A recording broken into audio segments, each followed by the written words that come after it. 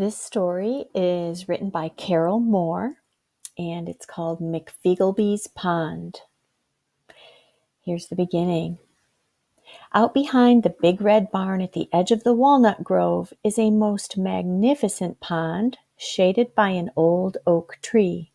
I'll tell you right now, before it's too late, it belongs to McFeeglebee.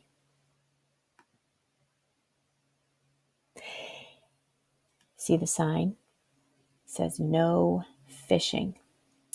And McFeeglebee absolutely forbids fishing in that pond. He's put up 5 signs to prove it.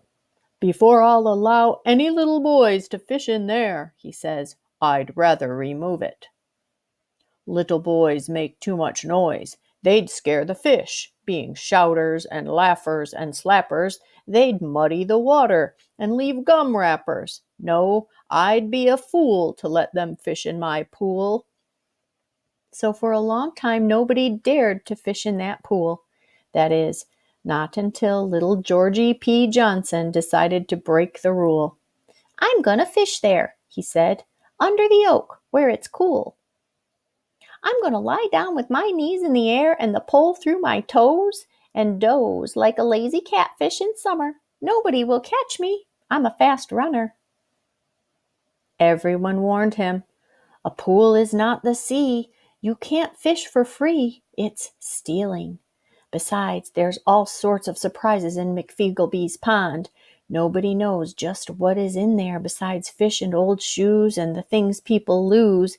You'll catch something dangerous, so you'd better beware. Fish in that pond, I wouldn't dare."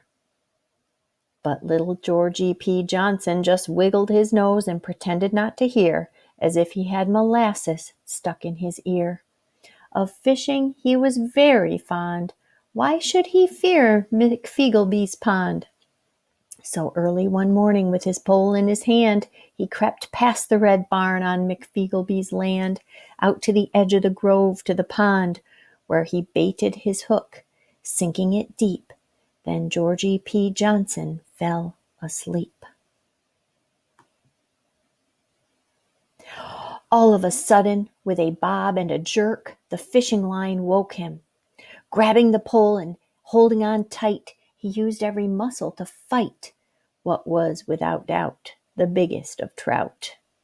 He pulled 10 minutes before seeing that what he had caught was not a trout, but a huge grizzly catfish.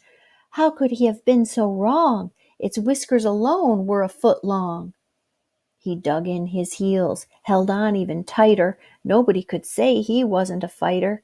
The water, seething and boiling, turned bright red, then dark as that grizzly catfish became a shark. A shark 20 feet long, with a mouth like a barrel and teeth that could bite. That was a sight. But with a splash of its tail, it turned into a whale. Now a whale in McFeeglebee's pond, that's really something.